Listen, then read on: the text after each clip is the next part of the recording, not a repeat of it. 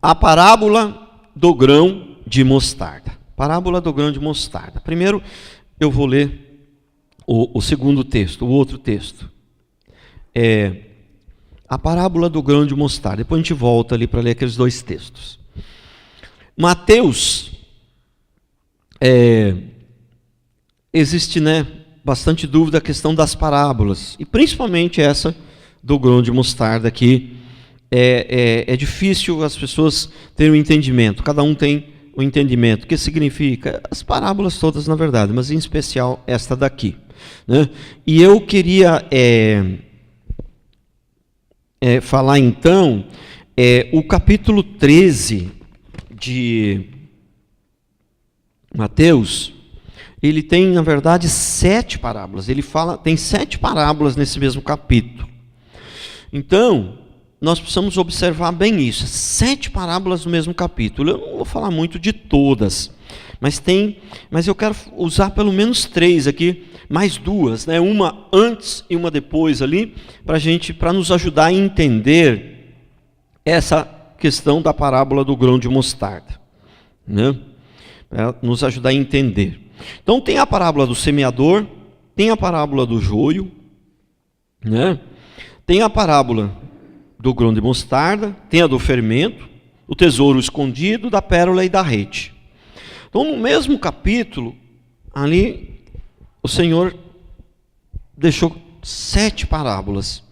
E o interessante é o seguinte, que nessas 7 parábolas, o Senhor, ele parece que está querendo dizer quase que a mesma coisa com palavras diferentes. O capítulo inteiro ele está querendo dizer uma coisa, e ele usa palavras diferentes. Ele fala de 7 maneiras diferentes para dizer praticamente quase que a mesma coisa. Porque, veja bem, presta atenção. A parábola do semeador. O semeador fala que alguém está semeando, uma parte caiu à beira do caminho, quer dizer, então está falando da igreja que tem crente, e tem gente que não é muito crente, tem gente que ouve a palavra, tem gente que não ouve direito, correto? A parábola do joio está dizendo praticamente com outras palavras a mesma coisa, que alguns são crentes e outros não são, entendeu? A parábola do tesouro escondido também praticamente a mesma coisa, da pérola a mesma coisa, você encontra uma pérola, você tem que vender tudo, se você não fizer isso, é porque você, de repente não é crente direito. A parábola da rede é os peixes, ele separa alguns peixes, mais escolhidos, que é para comer, e os outros voltam para o mar. Entendeu? Assim, ele fala, assim será no dia da consumação do século, uns serão escolhidos para salvação e outros para perdição. Quer dizer, todas as parábolas aqui, a do fermento, que tem a falso e o verdadeiro, que é aquilo que está cheio de fermento, parece bonito, cresce, mas é falso. Então, as 7 parábolas, mais ou menos, estão no mesmo contexto. Elas querem praticamente, o Senhor está querendo mostrar praticamente quase que a mesma coisa, mas com 7 parábolas diferentes, falando de maneiras diferentes. Então, mas vamos aqui, então, estudar essa parábola do grão de mostarda. Ela é muito importante para nós, isso vai fazer a diferença nas nossas vidas, porque a gente precisa entender bem o que é a igreja verdadeira, o que é uma igreja falsa, o que acontece com uma igreja falsa, a gente precisa entender, e é isso que ela está tentando transmitir aqui. Mateus 13, 31 a 33. Outra parábola lhes propus, dizendo: o reino dos céus é semelhante a um grão de mostarda, que um homem tomou e plantou no seu campo, o qual é na verdade a menor de todas as sementes, e crescida é maior do que as hortaliças, e se fez árvore, de modo que as aves do céu vêm aninhar-se nos seus ramos. Disse-lhes outra parábola: o reino dos céus é semelhante, aqui eu já estou lendo a parábola do fermento. O reino dos céus é semelhante ao fermento que uma mulher tomou e escondeu em 3 medidas de farinha, até ficar tudo levedado. Qual que é o ponto importante aqui da parábola que eu quero que vocês entendam? Qual que é? Quem são essas aves do céu que vêm aninhar nos ramos desse pé de mostarda? Esse aqui é o ponto que eu quero esclarecer para vocês. Se vocês entenderem bem o que significa isso aqui, você vai ver como a coisa é séria, como isso aqui é importante, o que o Senhor está querendo nos falar nessa parábola. né? Então, quem são essas aves? Né? Muitos interpretam isso aqui, que são as almas dos cansados que vêm descansar, né? Isso aqui. Não existe heresia maior do que essa. Não tem alma de cansado que vem descansar em pé de mostarda, não. O nosso descanso é Cristo, né? Então, o que acontece? Para nós entendermos bem o que significa essas aves do céu, quem são essas aves do céu que vêm aninhar nos ramos desse pé de mostarda, nós precisamos estudar um pouquinho. Não vou estudar todas as 7, porque senão isso demoraria muito, são palavras curtas, mas vou estudar um pouquinho a parábola, uma antes e uma anterior. A anterior vem a parábola do semeador, e logo em seguida, aqui no versículo 33, está a parábola do fermento. Então, o que significa o fermento?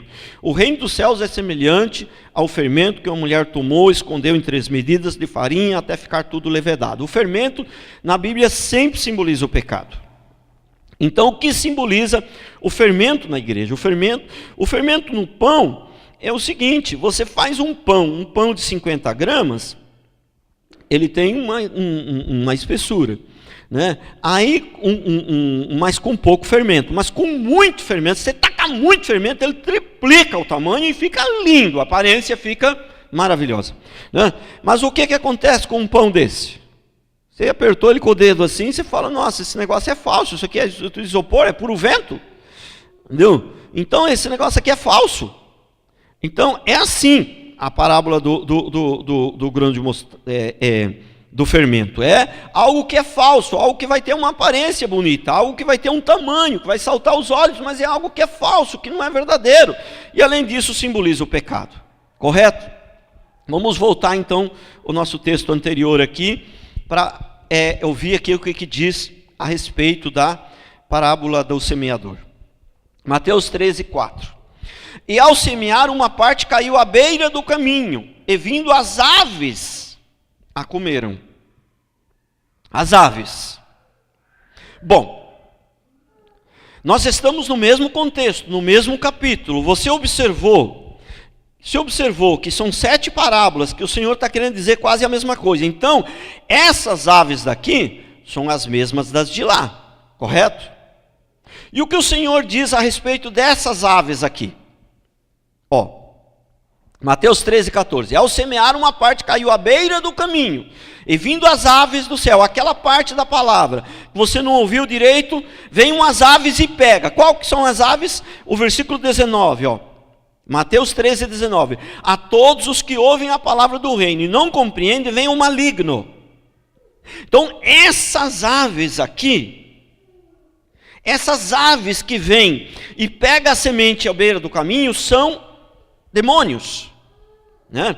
A todos os que ouvem a palavra do reino e não compreendem, vem o maligno e arrebata o que lhe foi semeado no coração. Este é o que foi semeado à beira do caminho. Quem são as aves? Quem são as aves na parábola do semeador? Que vem e arrebata a semente que foi derramada na beira do caminho, são demônios. Então, essas aves daqui da parábola do grão de mostarda são demônios também. Então, aqui o que simboliza isso aqui? Isso aqui simboliza a igreja. O que é um grão de mostarda? Um grão de mostarda é uma hortaliça, o próprio texto diz. É uma hortaliça. Mas você prestou atenção que essa hortaliça se transformou numa árvore? Prestou atenção? Uma hortaliça se transformou numa árvore. O que significa isso? Significa que ela mudou a sua natureza. Ela deixou de ser uma hortaliça e se transformou numa árvore. Ela mudou a sua natureza. E aí vem as aves do céu aninhar-se nos seus ramos. São demônios que vêm. Então o que acontece? Uma igreja, quando ela cresce muito, ela cresce exageradamente, ela mudou a sua natureza, ela deixou de ser uma hortaliça e passou a ser uma árvore. Quem que domina sobre essa igreja? Vem os demônios a sentar-se sobre esta igreja. Irmãos, olha que terrível, olha que coisa terrível.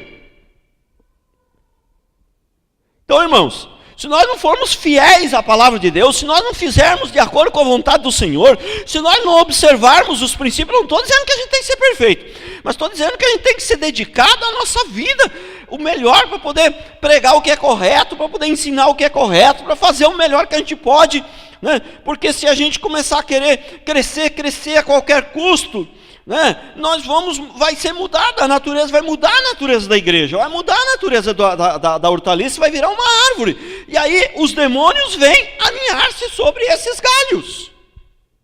Olha que coisa terrível, irmãos. Então, é muito sério isso daqui, irmãos.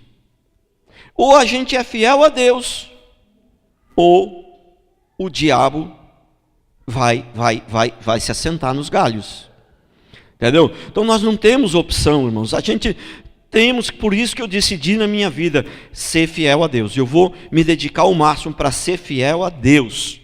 Quero dizer assim, você gostaria de perguntar para mim qual que é o meu sonho, qual que é meus planos, qual que é... Você gostaria? Mas sem você perguntar, eu já vou te responder. Eu não tenho sonho nenhum. Entendeu? Não tenho nenhum sonho. Meu sonho, a minha vontade é ser fiel a Deus, fazer a obra de Deus e estar sempre pronto para o que Ele quiser. Estar sempre pronto para o chamado dEle, para a direção que Ele puder me dar. E não significa que eu sou desorganizado, que eu não me organizo, que eu não sou pé no chão, que eu não penso no dia de amanhã. Então, mas eu não tenho sonho, eu estou aqui. Entendeu? Meu sonho é pregar a palavra, é ser fiel, amar os irmãos e estar sempre pronto. Se Deus quiser fazer alguma coisa, eis-me aqui, Senhor. Esse é meu sonho. Porque se eu tenho um sonho, se eu tenho um plano, se eu tenho uma estratégia, como que Deus vai agir na minha vida? Como que Deus vai me usar como instrumento das mãos dEle para fazer a obra dEle, se eu já tenho uma obra minha? Não. Então, quando nós temos sonho, eu tenho o sonho de ter uma igreja de 10 mil. Né? Aí eu tenho o sonho de transformar uma alface num pé de pinheiro. O que aconteceu? O diabo vai deitar e rolar. Né? Então, por isso, é a importância de entender o que o Senhor está querendo falar com a gente aqui. A importância de entender o que é a igreja do Senhor. A igreja do Senhor é a igreja que serve ao Senhor de todo o coração. Não tem prazer em igreja grande, não tem prazer em luxo, não tem prazer em nada. O seu prazer está em fazer a vontade do Senhor. Esta é a igreja verdadeira. Esta é a alface que vai continuar alface. Essa é a mostarda que vai continuar sendo mostarda. Entendeu? Não vai ser transformada numa árvore onde os demônios vêm aninhar-se.